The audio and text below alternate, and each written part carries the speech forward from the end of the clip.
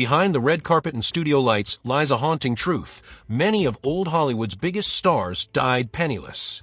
In this video, we reveal 20 classic Hollywood legends who lost it all, from Judy Garland to Bela Lugosi. These real-life celebrity tragedies from the golden age of cinema will shock you. If you're passionate about vintage film history, forgotten stars, and the dark secrets of Tinseltown, you're in the right place. Hit like, subscribe, and ring the bell for more untold Hollywood stories. Judy Garland, the voice that broke hearts, and then her own. She was the girl who sang Over the Rainbow and made the world believe in magic. But behind the shimmering curtain of The Wizard of Oz was a young woman trapped in a machine that chewed her up from the inside out. Hollywood made her a star, but it also made her a prisoner. Pushed into show business as a toddler, she became MGM's golden girl, charming, vulnerable, and endlessly talented. But studio executives saw her more as a product than a person. They controlled her appearance, her diet, and even her sleep. From her teen years, she was fed a steady diet of pills, stimulants to keep her going, sedatives to bring her down. The cycle would follow her for the rest of her life. Even at the height of her fame, the money never truly belonged to her. Her income was mismanaged, her finances drained by a string of failed marriages, and her dependence on others led to betrayal after betrayal. She performed constantly, often just to pay off debts or stay afloat, sometimes in small clubs far beneath her legendary status. By the end, she was struggling just to survive. She died in 1969 at age 47, not in a mansion, but in a rented London apartment with only a few $100s to her name. The world mourned a beloved icon, but few knew just how much she had suffered for her stardom. She gave everything to her audience, her voice, her heart, even her health. And when the spotlight finally faded, all she had left was her legacy. Judy Garland didn't just die broke. She died exhausted by a system that had taken everything from her. Rooney, the superstar who outlived his fortune. At one time, he was the biggest star in the world, literally. For several years in the 1930s and 40s, no actor in Hollywood earned more or appeared in more films than him. He had charisma, comic timing, and a face that lit up the screen. But by the end of his life, he had nothing. No mansion, no fortune, not even control over his own money. He started in vaudeville as a child and rocketed to superstardom as Andy Hardy, a clean-cut all-American teen in one of MGM's most successful film series. He shared the screen with Judy Garland, Elizabeth Taylor, Audrey Hepburn, and for a while, it seemed like he would be a fixture in Hollywood forever. But the world moved on. Teen idols grew up, and so did Mickey. His wholesome image didn't fit the new era of film. Despite working for nearly 9 decades and appearing in over 300 films, he died with a net worth of just $18,000, and even that was contested. What happened? A lifetime of bad financial decisions, failed marriages, 8 of them, and being consistently taken advantage of by those closest to him. Later in life, Mickey accused his stepson of elder abuse and financial exploitation. His money was drained, his accounts locked, and he was shuffled between homes. He testified before Congress about elder abuse, his voice trembling as he described being scared, disappointed, and angry. He spent his final years living in a modest rental, relying on friends and small residuals. When he passed in 2014 at the age of 93, there was a dispute over where he would even be buried and who would pay for it. For a man who once headlined box office charts and hobnobbed with presidents, Mickey Rooney's final act was a tragic reminder of how fast Hollywood forgets its stars. He didn't fade away. He just got left behind. Bela Lugosi, Dracula's curse was real. He didn't just play Dracula, he became him. With piercing eyes, a chilling accent, and that unforgettable cape, he brought the world's most iconic vampire to life in 1931. Audiences were mesmerized. No one had ever seen horror like this before. But the real horror came off screen, and it followed him for the rest of his life. He was born in Hungary, a classically trained actor who fled war and political unrest to find a future in America. And for a brief moment, he achieved it. Dracula made him a household name overnight. But Hollywood wasn't kind to men like him, foreign, typecast, and replaceable. After Dracula, the studios had no use for Bela Lugosi outside of horror, and even then, only in the most one-dimensional roles. He was never offered the range of characters he craved. Worse, he was paid a fraction of what his co-stars earned. His rival Boris Karloff, who played Frankenstein's monster, got top billing and far better roles, while Lugosi found himself stuck in cheap B-movies, slowly fading into obscurity. To dull the pain, he turned to morphine, first as a painkiller, then as a crutch.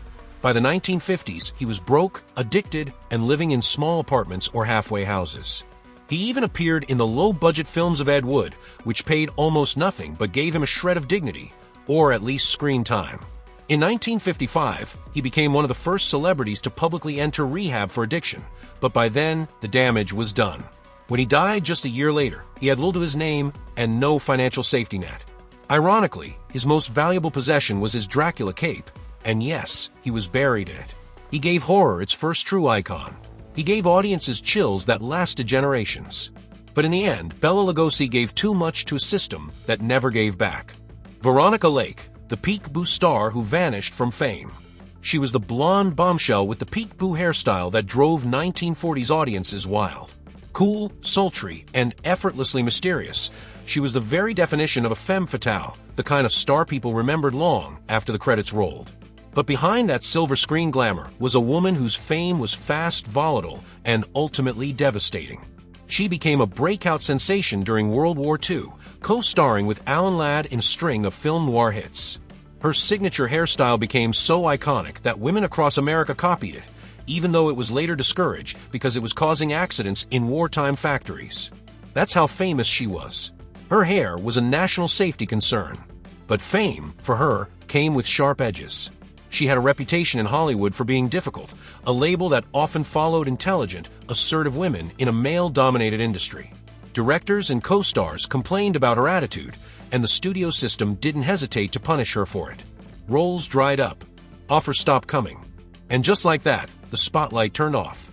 By the early 1950s, she was out of work, divorced multiple times, and struggling with alcohol abuse. With no money and no career, she vanished from Hollywood. Most fans had no idea that the glamorous star they once adored was now working as a waitress in a cocktail bar in New York City under a different name.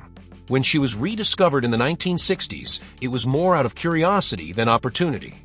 She published an autobiography and made a few low-budget appearances, but the damage was done. She died in 1973, just 50 years old, of hepatitis and kidney failure, in near poverty. Her fall from stardom was swift and brutal. One of the brightest lights of the 1940s, reduced to surviving in the shadows. Veronica Lake didn't just disappear from the screen. She was erased by an industry that only valued her when she was profitable. Barbara Payton, Hollywood's cautionary tale of fame and freefall. She had the looks, the charm, and the breakout roles that should have made her a household name. In the early 1950s, Barbara Payton was being hailed as one of Hollywood's rising stars, a blonde beauty with a confident attitude and screen presence that turned heads. But in the blink of an eye, it all unraveled. She made a splash in the film Kiss Tomorrow Goodbye opposite James Cagney, earning attention from both critics and studio heads. There was talk of her being the next big thing. Her name started appearing in gossip columns, and producers lined up with roles. But what Hollywood giveth, it can take away just as quickly, especially if you don't play by its unspoken rules. Barbara's off-screen life often made bigger headlines than her films. Her relationships became tabloid fodder, and her personal choices, in an era that judged women harshly for stepping outside the expected lines, began to impact her career. Roles dried up, the studios backed away, and by her late 20s, she was no longer welcome in the very industry that had once promised her everything. Over the next decade, her life became increasingly unstable. With no steady income, little support, and declining health, she struggled to make ends meet. She took whatever work she could find and lived for years in small apartments or short-term hotels, far from the red carpets and film sets where she once stood with Hollywood royalty. Barbara Payton passed away in 1967 at just 39 years old. Her final years were quiet, and few who saw her then would have recognized the glamorous star she had once been. But her story lives on, not just as a tabloid headline from a different era, but as a real reminder of how fleeting fame can be. She had all the right ingredients to make it in Hollywood, but in the end, the system let her slip through its fingers and never looked back. Norma Talmadge, the silent film queen who couldn't transition with the times. In 1920s, she was royalty, not just a movie star, but a box office powerhouse.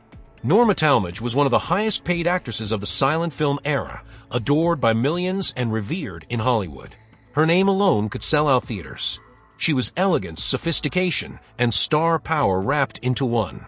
But her fame existed in a fragile world, a world built on silent screens and expressive glances. When sound entered the picture, everything changed. Norma had built her career during a time when the image was everything. Her dramatic performances and emotional depth didn't need dialogue. Her eyes did the talking. She starred in epic romances, period dramas, and sweeping stories that captured the hearts of audiences everywhere. She even helped shape the industry from behind the scenes, with her husband, producer Joseph Schenck, running a major studio. But with the arrival of talkies, everything shifted. Norma's voice didn't quite fit the screen image audiences had created in their minds. And worse, the roles that made her a superstar no longer matched the faster, snappier style of the new Hollywood. Within just a few years, she went from headlining major productions to quietly stepping away from the business altogether. She retired early, still wealthy at the time, but as the decades passed, her fortune diminished. Investments failed, her marriage ended, and the world began to forget the star who once reigned supreme. By the 1950s, she was living quietly, away from spotlight, with little of the wealth or recognition she once commanded. When she passed away in 1957, most modern audiences didn't know her name. The woman who had once graced the covers of every film magazine had become a footnote in Hollywood history, her films mostly lost, her legacy fading with time. Norma Talmadge was proof that in Hollywood, even the brightest stars can vanish, not because of scandal or failure, but simply because the world moved on without them. Frances Farmer, the star who was silenced by the system. She had the kind of presence that made audiences stop and stare, intelligent, striking, and impossible to ignore. Frances Farmer wasn't just a starlet, she was something different, something deeper. And maybe that's why Hollywood didn't know what to do with her. In the 1930s, she emerged as one of the most promising young actresses of her generation. Critics praised her work in films like Come and Get It and Rhythm on the Range. She wasn't just beautiful, she was bold, with a quiet strength that set her apart in an industry more interested in surface than substance. But Frances wasn't interested in playing the Hollywood game. She challenged the studio system, pushed back against typecasting, and refused to become someone she wasn't. That defiance came at a cost. Offers slowed, and the press began portraying her as difficult, a label that, in those days, could end a career. Over time, personal struggles and increasing pressure from both the public and the industry took a toll on her health. In an era when mental health was poorly understood and often mishandled, she was placed in institutions for long periods of time. Much of her life during those years remains the subject of speculation and rumor, but what's certain is that she disappeared from the spotlight for over a decade. When she re-emerged in the 1950s, the industry that once celebrated her had moved on. She took small roles, appeared on television, and even hosted a local talk show, but the fame she once knew was gone. Financial stability remained elusive. By the time she passed in 1970, she was living modestly, far from the glamour of her early years. Frances Farmer's story is often told as a cautionary tale, but it's really a story of resilience. She was a woman who refused to conform, who spoke her mind at a time when that came with a price. In the end, Hollywood may have turned its back, but her legacy, as a performer, a thinker, and a symbol of quiet rebellion, still resonates today. Marie Prevost, the starlet forgotten by the studio that made her. She lit up the silent screen with charm, playfulness, and undeniable presence.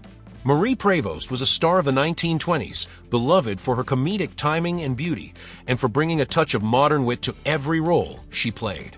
She was the kind of actress who made it all look effortless. But behind the scenes, her life was anything but easy.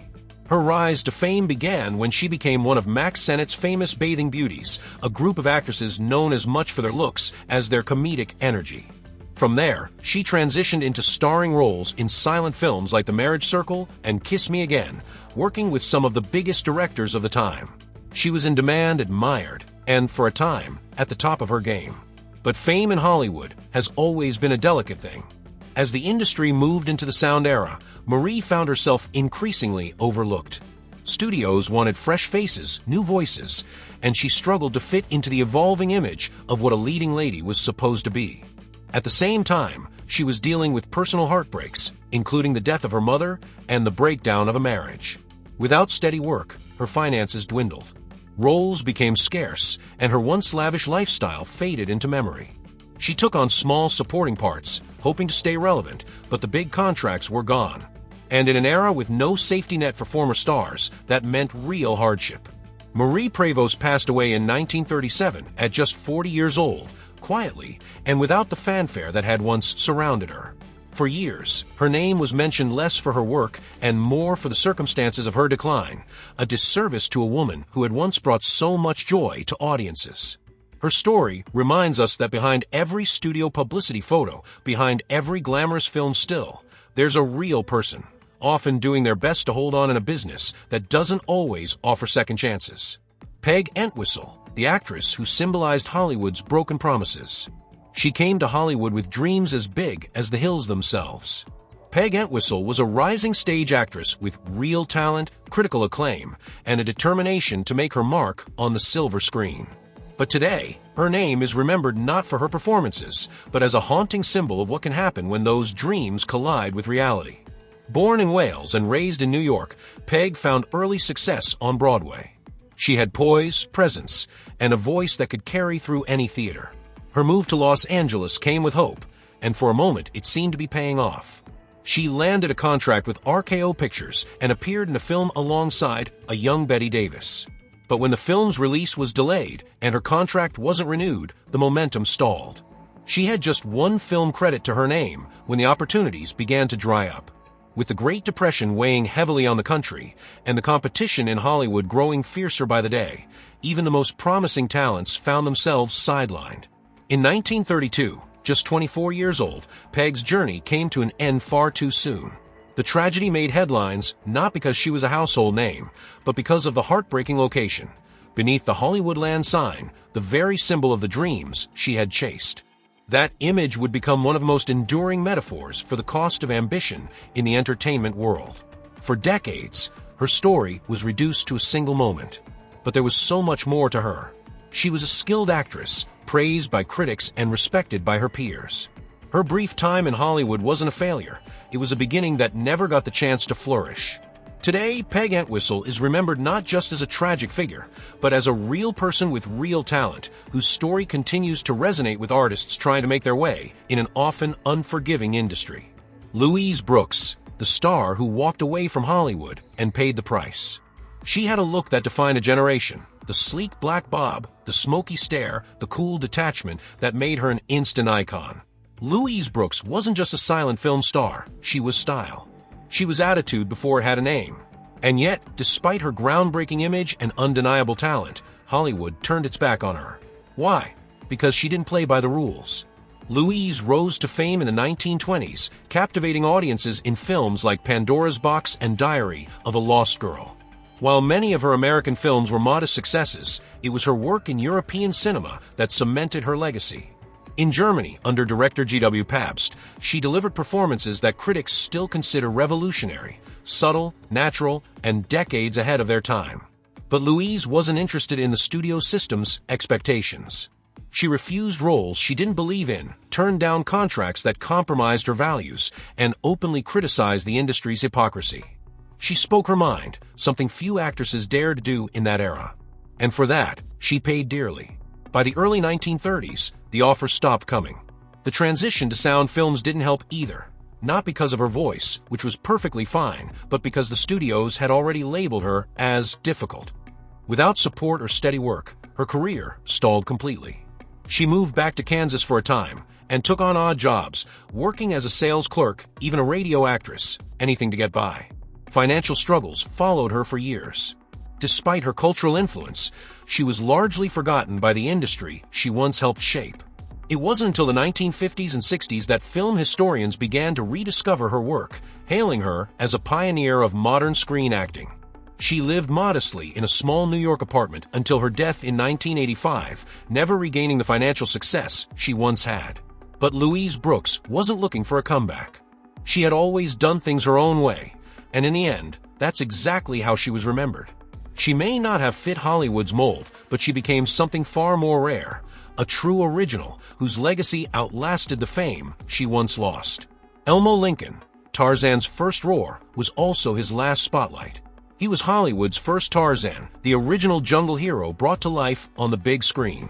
With his massive frame and commanding presence, Elmo Lincoln became an instant sensation in 1918 when he swung into theaters as the legendary king of the jungle. For a brief moment, he was one of the biggest action stars in silent film. But like so many early stars, his fame didn't last, and neither did the fortune that came with it. Born Otto Elmo Lincolnhelt, he got his start in Hollywood during the earliest days of cinema, appearing in D.W. Griffith's The Birth of a Nation and Intolerance. But it was Tarzan of the Apes that made him a household name. Audiences had never seen anything like it, a wild, physical performance filmed on location, with Lincoln embodying the raw, primal spirit of Edgar Rice Burroughs' famous character. He reprised the role several times in the early 1920s, but as filmmaking evolved and the industry began to favor sleeker, more polished leading men, Elmo found himself pushed aside. The arrival of sound films further complicated his career. Directors and studios began casting newer faces, and Lincoln, associated so closely with a specific type of role, found it nearly impossible to break free from the shadow of Tarzan. By the 1930s, work had dried up. He left the film business and took on manual labor jobs just to survive. At one point, he was reportedly working as a gold miner and later as a security guard. It wasn't until 1950s that he made a small return to Hollywood, not in starring roles, but as an uncredited extra in crowd scenes, often unnoticed by the audiences who once cheered his name. When he passed away in 1952, most moviegoers didn't even realize the original Tarzan had still been alive. His name had faded into film history, remembered mostly by silent film fans and historians. Elmo Lincoln was one of the first to prove that you could become famous overnight in Hollywood. But he was also one of the first to learn how quickly that fame could disappear and how hard it was to get it back once it was gone. Jackie Coogan, the child star who had to fight for his own money. He was Hollywood's first true child star, a cherub-faced boy with expressive eyes who could make audiences laugh and cry in equal measure. Jackie Coogan became famous overnight at just 6 years old, starring alongside Charlie Chaplin in The Kid, one of the most beloved silent films of all time. Audiences adored him. Studios couldn't get enough. And the money? It poured in. But none of it made its way to Jackie. During the 1920s, Coogan earned millions, the kind of fortune most child actors today would envy. He was everywhere: movies, merchandise, public appearances. But as he grew older and the spotlight shifted, Jackie discovered a heartbreaking truth. His entire fortune, estimated to be around $4 million at the time, was gone. Spent by his mother and stepfather on homes, luxury cars, and personal indulgences. When he asked for the money he had earned, he was told, simply, that he had no right to it. That betrayal became a landmark moment in Hollywood history. Jackie sued for his earnings, and although he won only a fraction of what he was owed, the public outcry led to real change. The result was the Coogan Law, legislation designed to protect child performers' earnings, ensuring that a portion of their income is set aside until adulthood. It's a legacy that continues to protect young actors to this day. But for Jackie, the damage was already done. The lavish childhood was over, and he spent much of his adult life rebuilding from scratch. He took odd jobs, served in World War II, and slowly made his way back into acting, not as a leading man, but in smaller roles on television and in films. In the 1960s, he found unexpected success again, this time as Uncle Fester on The Addams Family. It gave him a new identity, a new fan base, and a chance to reclaim a piece of the career that had been taken from him. Jackie Coogan didn't just lose a fortune, he lost the innocence of childhood in a system that didn't protect its youngest stars. But his fight helped ensure that future generations wouldn't have to endure the same fate. In a way, his greatest role wasn't on screen. It was off it, making Hollywood just a little more accountable. Clara Bow, the it girl who lost it all when the spotlight moved on. She was the original it girl, the face of the roaring 20s, a living symbol of youthful energy, freedom, and charm. Clara Bow didn't just star in silent films, she defined an entire era of them. Her appeal was electric. Audiences loved her for being real, spontaneous, and a little wild, a fresh break from the carefully polished stars of early Hollywood. But while she embodied the flapper fantasy on screen, her real life was far more complex. Clara's rise to fame was meteoric. By her early 20s, she was headlining major films like It and Wings, the first movie ever to win the Academy Award for Best Picture. At her peak, she was one of the highest-paid actresses in the industry and received more fan mail than any other star of her time. She wasn't playing a role, she was the role. And that made her irresistible to audiences and the media alike. But fame, especially in the early days of Hollywood, came with a heavy price. Clara had grown up in extreme poverty with a childhood marked by instability. And as her fame grew, so did the pressure, not just to perform, but to fit into a mold she never really belonged in. She was scrutinized by the press, misrepresented by tabloids, and targeted with rumors and gossip that followed her everywhere. The arrival of sound films brought even more challenges. Clara had a Brooklyn accent and a fast-paced, natural way of speaking that clashed with the expectations of talky performances. Combined with ongoing mental health struggles and exhaustion from overwork, she made the decision to step away from Hollywood while still in her prime. After retiring from acting in the early 1930s, Clara tried to live a quieter life. She married actor Rex Bell and moved to a ranch in Nevada, far from the flashbulbs and studio sets. But she never fully escaped the shadows of her past or the emotional toll of her rapid rise and fall. Financial troubles followed her later in life, as did health concerns and periods of seclusion. She passed away in 1965 at just 60 years old, no longer a headline, no longer the center of attention, but still remembered by those who never forgot the magic she once brought to the screen. Clara Bow was more than a movie star. She was a cultural phenomenon. But like so many pioneers, she paid the price for blazing her own trail in a world that didn't know how to handle someone truly ahead of her time. Pauline Stark, a silent star who slipped through the cracks of time. In the early days of Hollywood, before the glitz was polished and the rules were written, Pauline Stark was already on screen, captivating audiences with her striking features and magnetic performances. She was one of the many silent film actresses who rose quickly in a booming industry and just as quickly vanished when the tides changed. Her name may not be as well known today, but in the 1920s, she was a genuine star. Pauline began her career as an extra in D.W. Griffith's films, and it didn't take long before studios noticed her potential. She starred in historical dramas, literary adaptations, and sweeping epics like The Viking and Ramona. Her roles often cast her as strong-willed women, determined, emotional, and compelling, a reflection of her own determination to succeed in an evolving industry. For a time, it worked. She headlined major features and was a favorite among silent film fans. But like so many others, Pauline's career was heavily tied to the silent era, and when sound arrived, she struggled to make the transition. While some actors were given coaching and second chances, others, particularly women whose images were seen as out of step with Hollywood's new direction, were quietly sidelined. By the early 1930s, Pauline's career had nearly come to a halt. Roles disappeared, and so did the fame that once surrounded her. She made a few scattered appearances in minor films, but the days of red carpet premieres and magazine covers were long gone. Without the financial protections or support systems that modern actors rely on, she lived the remainder of her life far from the spotlight, reportedly in modest conditions. She passed away in 1977, largely forgotten by the industry she had once helped build. Her films, like so many from the silent era, were rarely screened or preserved, making it even easier for her legacy to fade.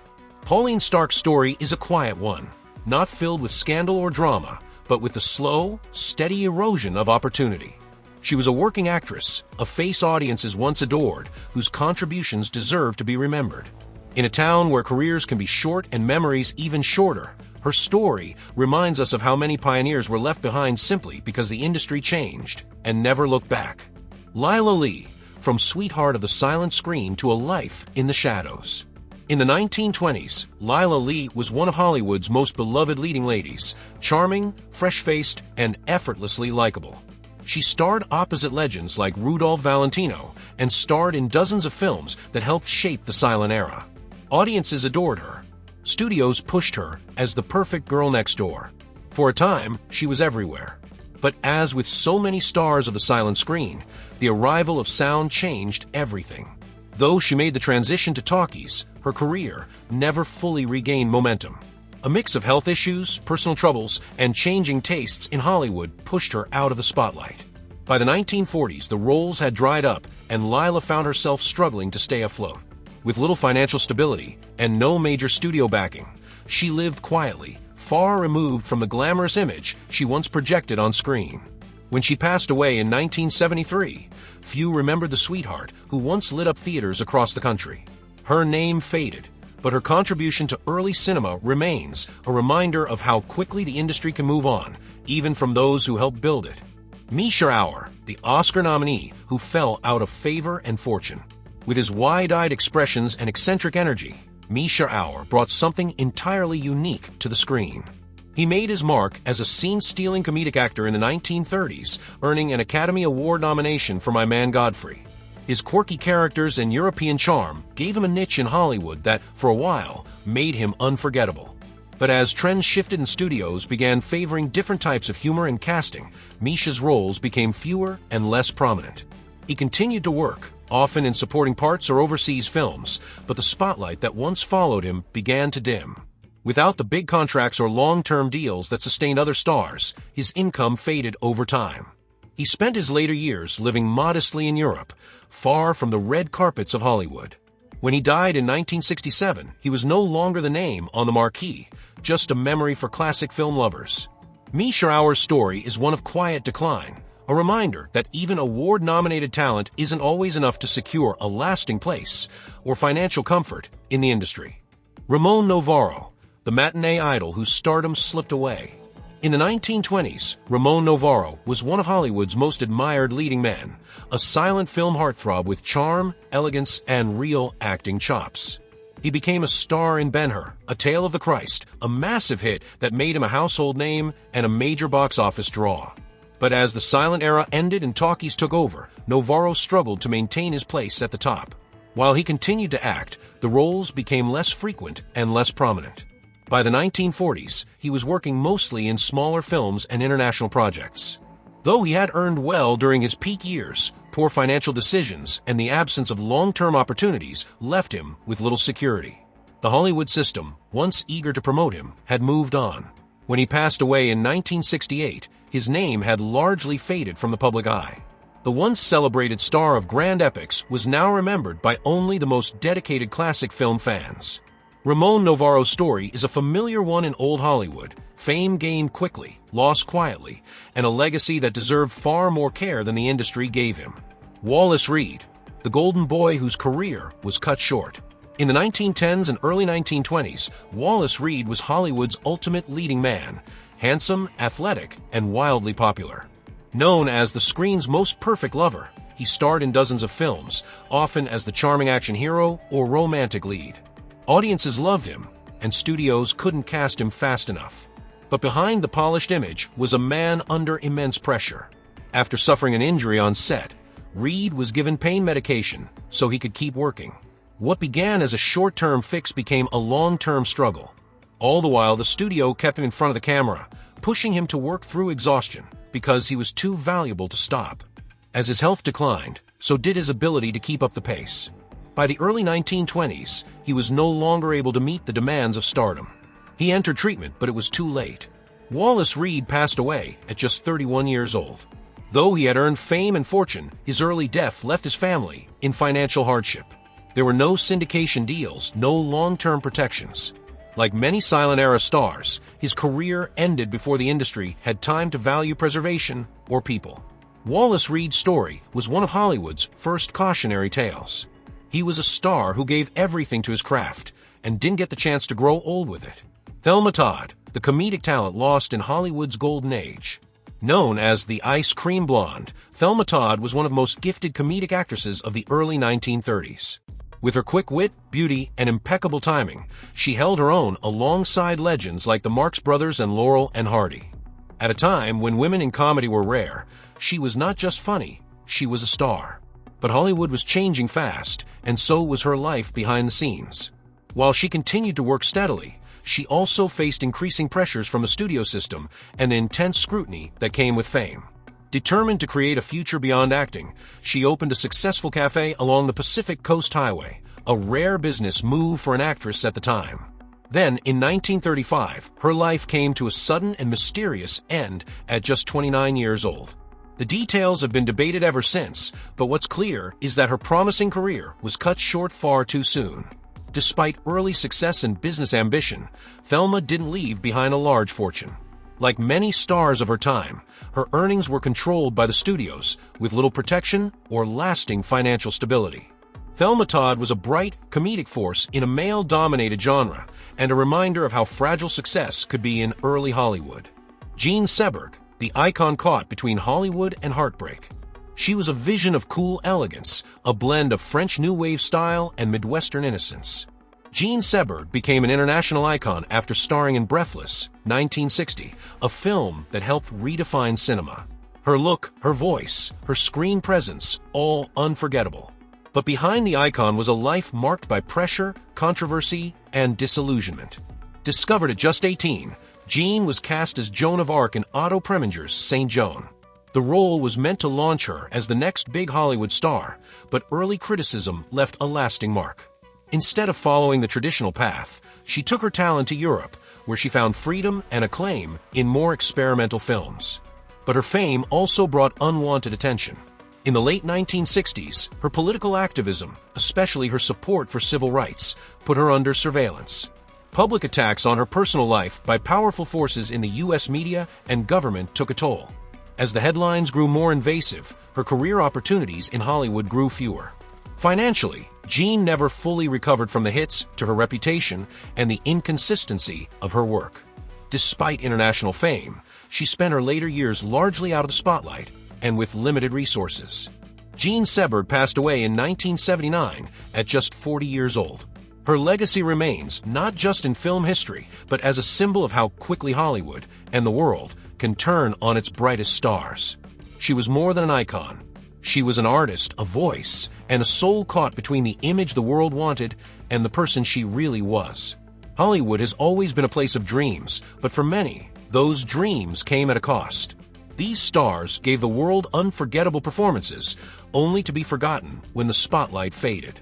Their stories remind us that fame doesn't always come with fortune, and talent doesn't always guarantee security. Now it's your turn. Which story moved you the most? Were there any names you didn't expect? Let us know in the comments below. If you enjoyed this video, give it a thumbs up, and don't forget to subscribe for more true stories from the golden age of cinema. Tap the bell so you never miss a deep dive into Hollywood history. Thanks for watching, and until next time, stay curious.